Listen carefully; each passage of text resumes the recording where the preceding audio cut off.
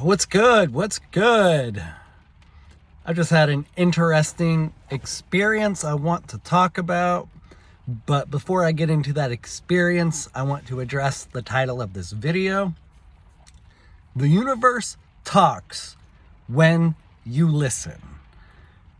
Now, as I say that, I am not at all an expert at listening to the universe, at listening to my spirit guides, at listening to the divine, listening to the source. I am stuck inside my head so much, so often. But when I'm able to let go a little bit and try to allow the universal force of this existence to move me in a sense, I still believe I retain my agency and whatnot, but when I just try to let go, it seems like things fall into place. What am I talking about? I just volunteered at the Humane Society, and something about the last 2 days has been telling me to do certain things at certain times. For example, yesterday I was in a completely different city than I am in now, and I wasn't necessarily planning on coming down to Vancouver, which is where I normally volunteer, but something just told me, drive south. So I drove south, and I was like, well, I need to do my laundry, and I need to do my taxes, and I have this little life list of little errands that I had planned to run. And I decided to not do my laundry this morning, which was my original plan, but instead come straight to the Humane Society. I come here and I do my normal thing. I just walk the bays. I look at all the dogs, interact with all the dogs. I see who would best benefit from some presence, some love. They let you decide if, do you want to be a dog walker? Do you want to focus on that? Or do you want to focus on dog engagement and dog enrichment?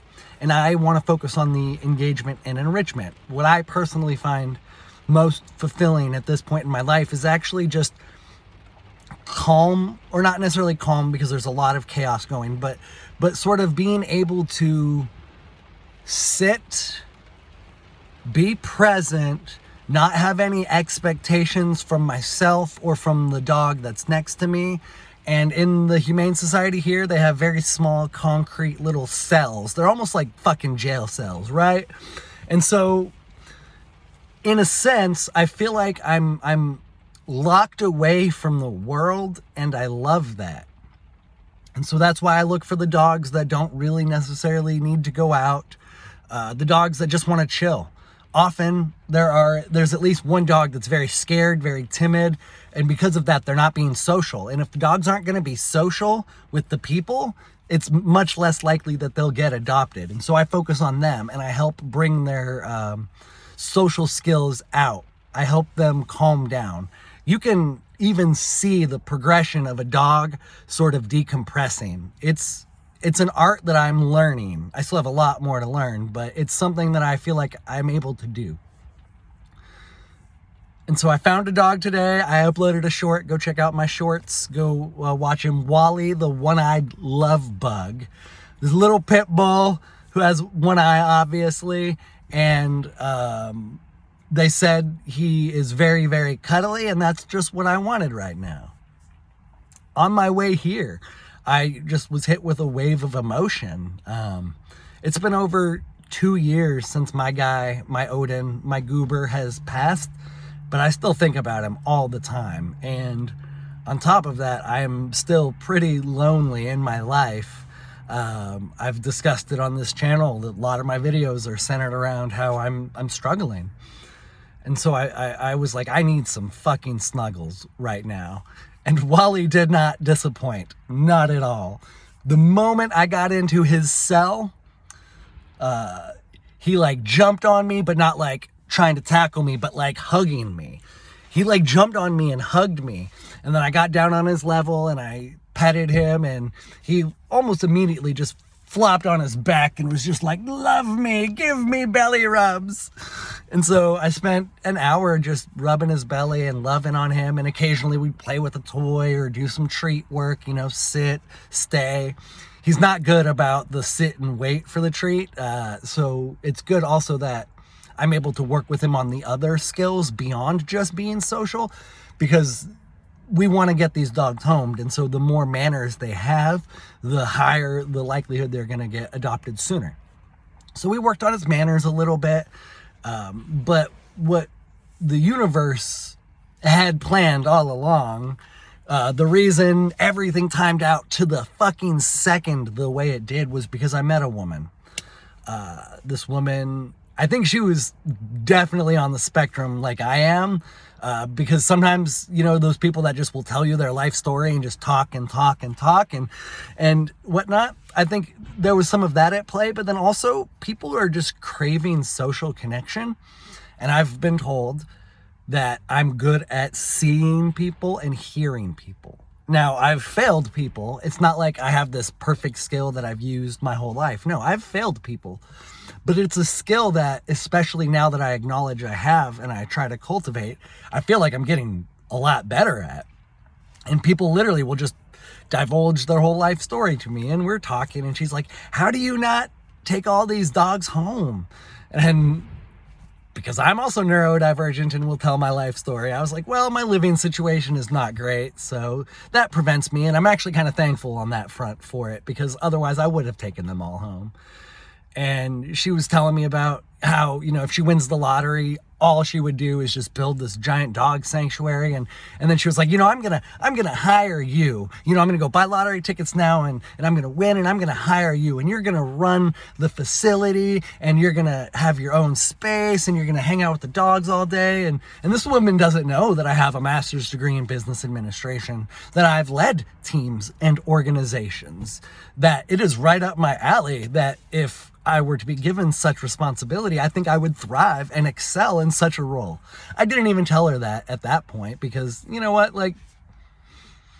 I pray to fucking God she wins the lottery, because she gave me her phone number and she also gave me money, which made me a little uncomfortable, because I wasn't asking for generosity. I wasn't asking for charity. I was just telling my story.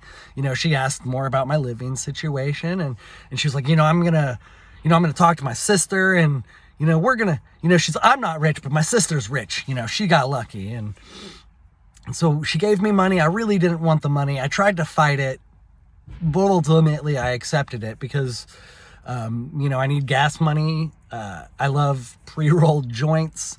I just love a good joint. And so, the idea that I have gas and joint money that someone gave me out of the love of their heart, they're enabling my own love. And it might seem stupid to think about marijuana, but I just love it. I love it so much.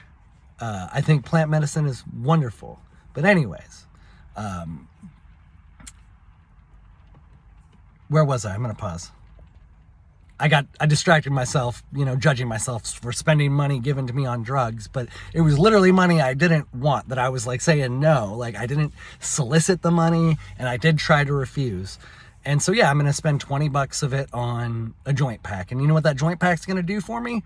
It's going to keep me chill and mellow. And it's going to help me with the depression that I experience around being so lonely.